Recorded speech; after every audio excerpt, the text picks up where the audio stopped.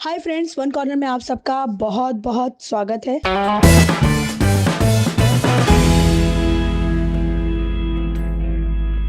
दोस्तों, 70 और 80 के दशक में हिंदी फिल्मों का वो दौर आया था जब नायकों के साथ साथ खलनायकों का भी अहम रोल होने लगा था। इसी दौर में एंट्री हुई अभिनेत्री बिंदु की। उन्होंने कुछ ही वक्त में अपनी अलग पहचान बना ली। दोस्तों, बिंदु का नाम आपने सुना ही होगा। बहुत अहम भूमिकाएं निभाई हैं उन्होंने हिंदी फिल्मों में। तो आज हम बात करेंगे अभिनेत्री बिंदु की, उनसे जुड़ी कई अहम बातें, किस तरह से बिंदु अभिनेत्री बनी और किस तरह से उनकी जिंदगी में उतार चढ़ाव आए। दोस्तों, आपको बता दें कि बिंदु का जन्म 17 अप्रैल 1941 में हुआ। वो गुजरात की रहने वाली थी। अभिनेत्री बिंदु के पिता नानूभाई देसाई फिल्म निर्माण के क्षेत्र में थे, जबकि उनकी मां ज्योत्सना रंगमंच की एक्ट्रेस थी। बिंदु को अभिनय विरासत में मिला था। एक इंटरव्यू में बिंदु ने बताया था कि उनका परिवार काफी बड़ा रहा है। वो 6 बहनें और 1 भाई थे। 13 साल की उम्र में ही उनके पिता का निधन हो गया था। घर की सारी जिम्मेदारियां उन पर आ गई थी। बिंदु ने एक इंटरव्यू में बताया था कि मैंने पैसे कमाने के लिए मॉडलिंग की। फिर 1962 में निर्देशक मोहन कुमार की सुपरहिट फिल्म अनपढ़ में काम करने का उन्हें मौका मिला था। वहीं से उनकी किस्मत फिल्मों की तरफ आई। दोस्तों, आपने मोना डार्लिंग का नाम तो सुना होगा। जी हाँ दोस्तों, बिंदु ही मोना डार्लिंग का किरदार निभा चुकी हैं। आपको बता दें कि मोना डार्लिंग बनकर बिंदु ने हिंदी सिनेमा में एक ऐसी खलनायिका पेश की जिसकी पहुंच हीरोइन से भी ज्यादा रही।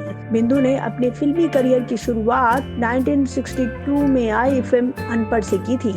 इसके बाद इत्तेफाक में उन्होंने शानदार काम किया। उनकी ये दोनों फिल्में बॉक्स ऑफिस पर बहुत बड़ी हिट साबित हुई थी। बिंदु की जिंदगी में एक फिल्म ऐसी भी आई जिसने उनकी जिंदगी ही बदल कर रख दी, और वो फिल्म थी कटी पतंग। शक्ति सामंत इस फिल्म के निर्देशक और प्रोड्यूसर थे। आपको बता दें कि इस फिल्म में उन्हें कैबरे डांसर का किरदार निभाना था। एक इंटरव्यू में बिंदु ने बताया था कि ये सुनते ही मुझे झटका सा लग गया, क्योंकि मैंने कभी कैबरे नहीं किया था।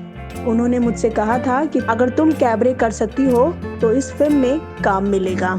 मैंने इसे चैलेंज समझ स्वीकार किया। मैंने कटी पतंग का एक गीत मेरा नाम शबनम के लिए कैबरे किया, जो बाद में बहुत प्रसिद्ध हुआ। इसके बाद तो मुझे सभी डायरेक्टर और प्रोड्यूसर्स ने कैबरे डांसर ही बना दिया था। इस बात में एक दुख भी झलकता है।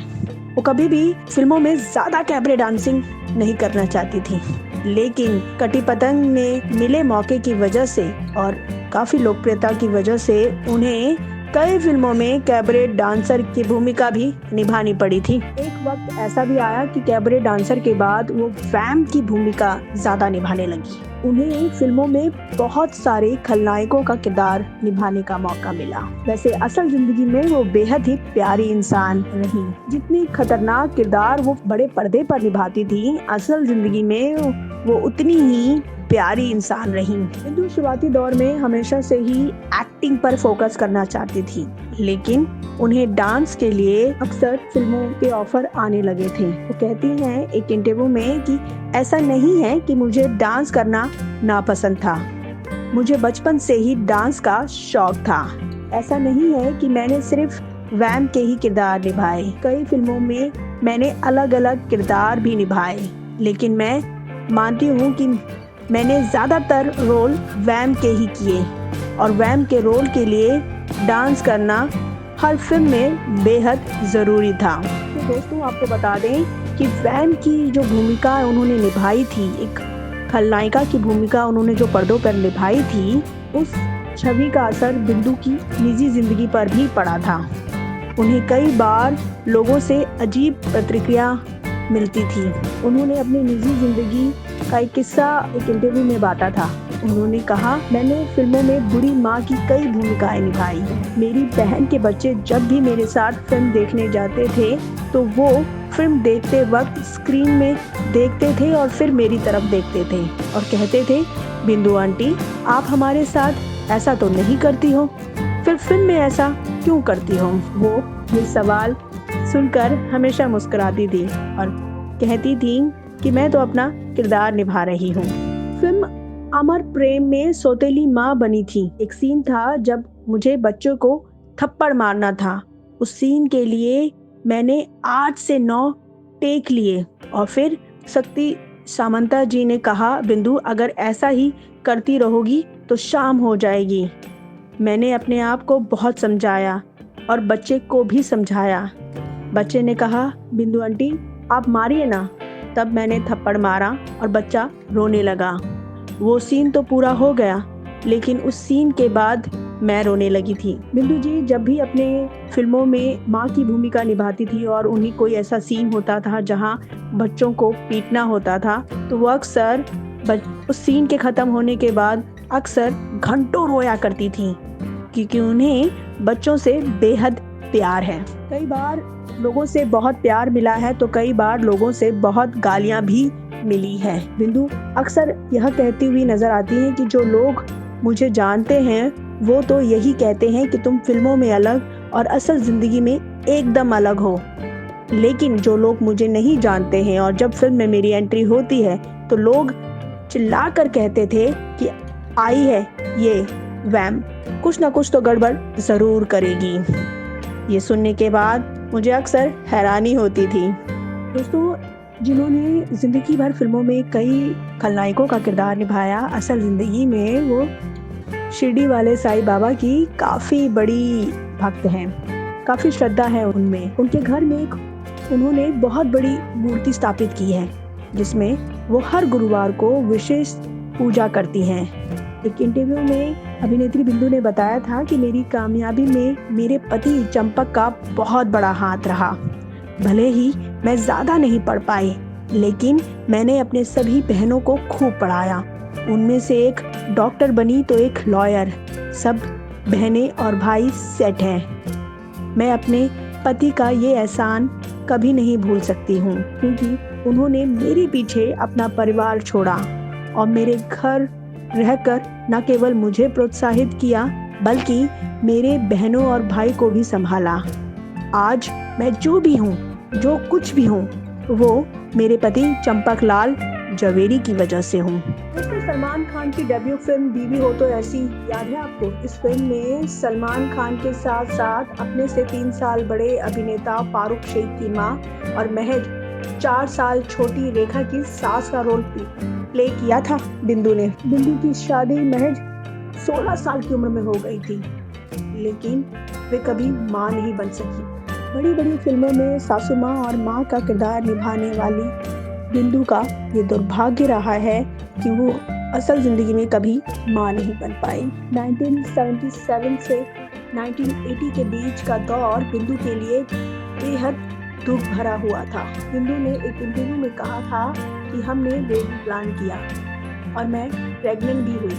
प्रेगनेंसी के 3 महीने बाद मैंने काम करना बंद कर दिया था, लेकिन 7वें महीने में मेरा मिसकैरेज हो गया। मैंने बहुत दुख झेला, मैं पूरी तरह टूट गई थी। यह मुकद्दर की बात है, हर इंसान को हर चीज़ नहीं मिलती। मेरे हस्बैंड भी बहुत निराश हुए, लेकिन उन्होंने मेरा पूरा ख्याल रखा। इस हादसे से उभरने के लिए उन्होंने 5 महीने बाद फिल्मों में काम करना दोबारा शुरू कर दिया था। अपने पति चंपक जवेरी का जिक्र करते हुए वे कहती हैं कि वो जब स्कूल में पढ़ती थी तब उनकी मुलाकात बिजनेसमैन चंपक जवेरी से हुई थी। बिंदु ने एक इंटरव्यू में बताया था कि वो उनके पड़ोसी थे और उनके बीच 5 साल का अंतर है, यानी कि बिंदु उनसे 5 साल छोटी हैं। उन्हें उनसे प्यार हुआ और इसके बाद उन दोनों की शादी हुई।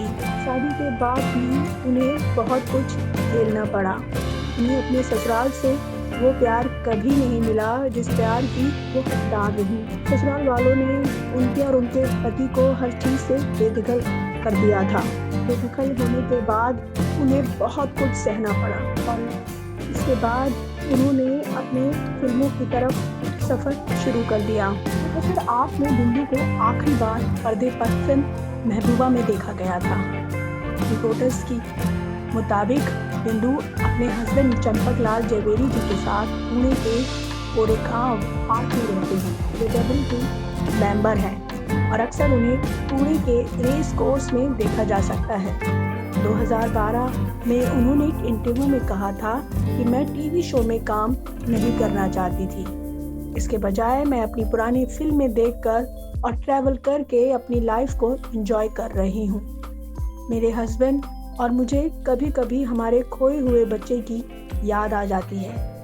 अगर वह जिंदा होता तो आज काफ़ी बड़ा हो गया होता। लेकिन मैं एक बात ज़रूर कहना चाहूँगी कि मेरे हस्बैंड ही मेरी सब कुछ है। मेरे हस्बैंड ही मेरे सबसे अच्छे दोस्त हैं। उनके बगैर मैं कुछ भी नहीं।